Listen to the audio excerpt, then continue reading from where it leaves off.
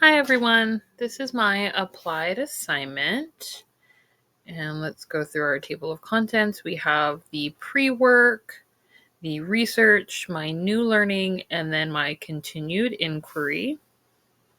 So first, let's talk about our pre-work. So my topic is inclusion in a classroom setting. And the reason I chose this is because I work as a special education paraprofessional in a functional life skills class. And I was really curious about how inclusion works in the education field because it is something that I see every day. So I wanted to learn more about it. So, next is my interview information, and the person I interviewed was a special education teacher. Her name was Delaney Livaday. She is the functional life skills teacher for grades 4 through 6 at the school that I work at. And her background knowledge is in inclusion. She does IEPs and other things that have to do with inclusion. So, I wanted to learn more about that process from her.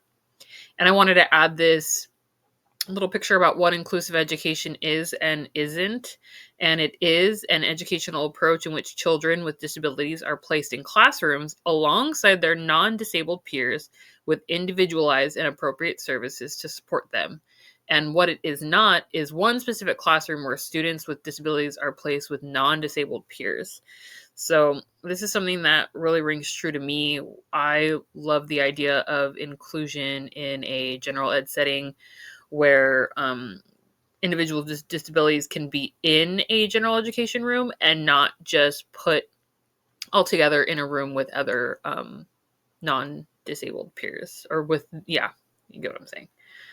So our next one was the course materials, and the course content that I used was People with Invisible Disabilities Fight for Understanding. And I used this material to understand how we can change people's perception about individuals with disabilities and make inclusion better.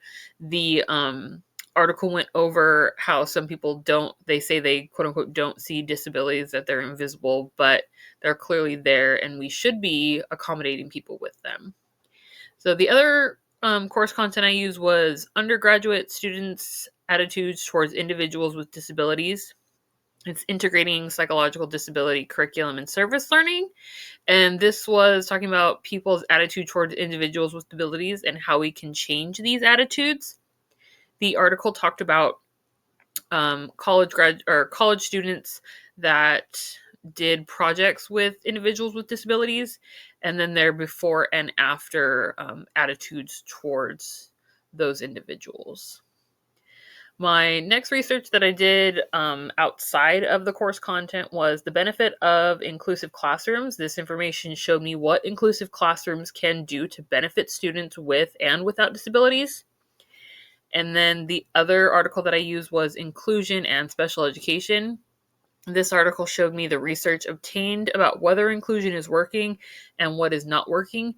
It went over the Individuals with Disabilities Act and other older information that I thought was pertinent to finding more about how inclusion worked years ago and then where we see it going today. So my evidence for my interview, here's the email sent, and then my interview questions, and then me jotting down the interviewee's answers. Some of the things we went over was what inclusion means to her, how she saw inclusion working in her classroom, how is inclusion incorporated into an IEP, and then where do we see inclusion in the future going. Then my new learning was when we talk about inclusion, I have a quote here that says studies reveal that schools that have implemented inclusive classrooms see higher academic achievement, increased self-esteem, and more social interactions within the classroom, not to mention a better understanding of those with disabilities. So for me, there are ways to include students with disabilities into general education classrooms. There is behavior training. There's always paraprofessionals that are available to help a student one-on-one in a general ed setting. And people need to be willing to make inclusion possible for all students. Now, about equity, I have a quote here that in 1973, the Rehabilitation Act was passed, in which Section 504 explicitly declared the civil rights of individuals with disabilities and prohibited discrimination. So, equity ensures fairness for all.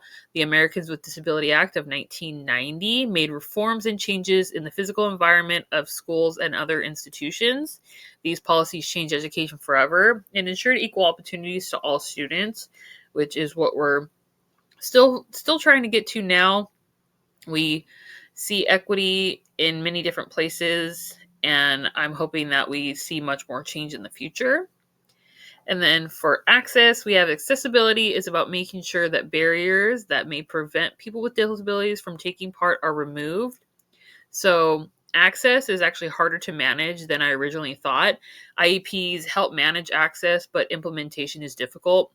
This is because there's so many people, i.e., a special education teacher having to communicate with general education teachers to find time in their day to have a student with special needs in their classroom. So some individuals may not understand accessibility, so they don't accommodate individuals with disabilities.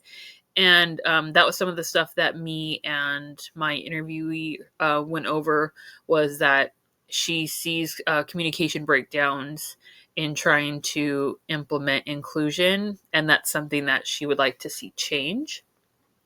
So, for my continued inquiry, more things that I want to know is ways to make inclusion more accessible in our classrooms. So, the way I'm going to do that is by talking more with program specialists, district leaders, and parents that can give me a better idea of what I can do to achieve inclusion in my own classroom one day.